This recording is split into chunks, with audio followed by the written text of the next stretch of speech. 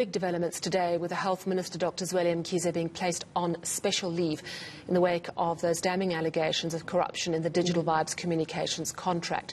That contract, of course, involving two close associates. Let's discuss the latest developments regarding the Health Minister with political analyst Professor Sethulego Matebesi from the University of the Free State. Professor, thank you so much for your time. A person is innocent until proven guilty.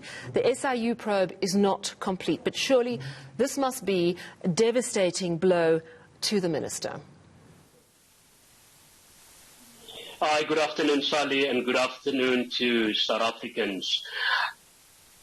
For me, it's a huge shock that we had to wait up until this week for the president to eventually have decided to take action. Here we're talking about a minister whom I regarded as somebody that at least this far have shown that he is an ethical leader, credible leader of the African National Congress. But I think this matter is far beyond the ANC. It is a matter of the South African taxpayer. It is a matter of a South African child who does not have access to proper schooling facilities. It's a matter of a South African public servant who still is getting, little pay every month. And here we've got a minister who, out of his own accord, could not accept that,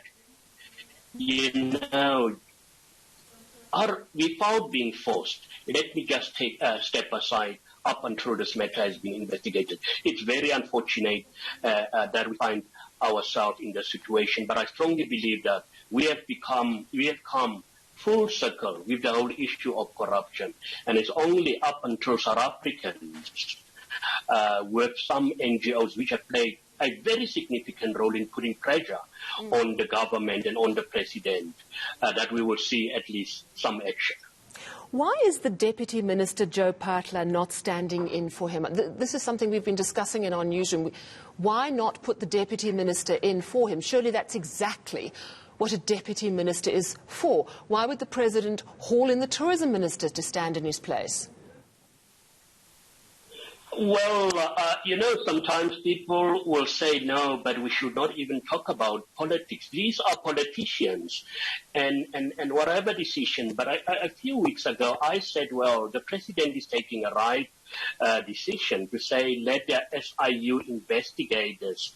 But surely, I believe that at the end of last month, the minister would have gotten his pay. And you correctly stated, why does the deputy minister not take over? But these are political posturing. You don't act against somebody that you will need his support in a couple of months' time.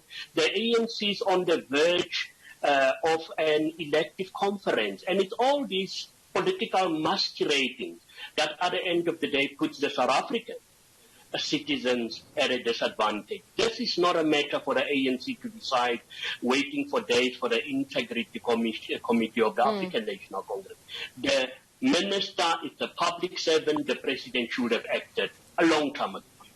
Do you think he can revive his political career after this? Do you think that even if he is ultimately cleared, it's tickets for him right now? Yeah, no, well, look, Zweli Mkhize will be around, and if I can just make a footnote remark about what I think the president or the presidency is doing, or those who support Cyril Ramaphosa. I strongly believe behind the scene there has been negotiations with the minister to say, even if you have to step down, we will still depend on your network, your support from KwaZulu-Natal, and we will see what we can do. But I don't think, remember, he also had ambitions of leading the African National Congress. I doubt that he will have that same clout to be able to occupy the high office of the African National Congress, let alone that of the country. I can't see. He will still perhaps come back in some other insignificant position within the African National Congress, but definitely not as a future president of the African National Congress. Zweli Mkhize has played such a critical role throughout this pandemic.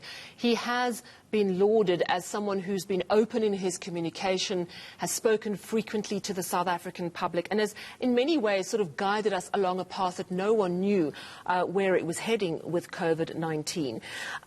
Do you think that his demise will impact the work of the health department?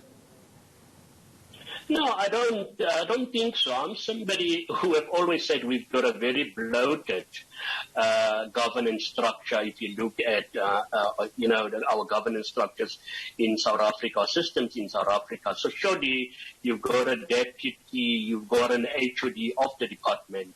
But sometimes you need champions. And I strongly believe that he was an advocate. He was a champion.